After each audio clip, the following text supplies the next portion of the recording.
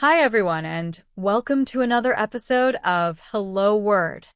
I'm Alex, your host, and I'm thrilled to have you here today. Our word of the day is attract. This is a B1 level verb that means to draw attention or interest. It's a word you'll hear often, so let's dive into what makes it so useful and versatile. To attract means to bring something or someone closer, either physically or emotionally, by creating interest or drawing attention.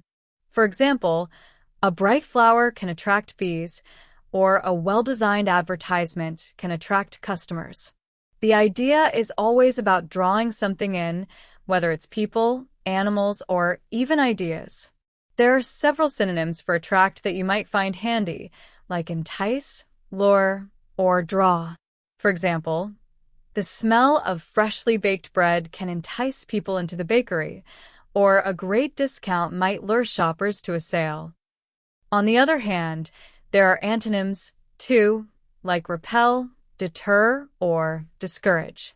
For instance, strong winds can repel lightweight objects, or negative reviews might deter potential customers. In everyday life, you might use attract in many situations. If you're decorating a room, you might choose colors that attract attention.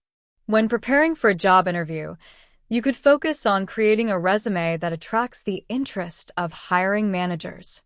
Even in social settings, you might want to attract new friends by being approachable and kind.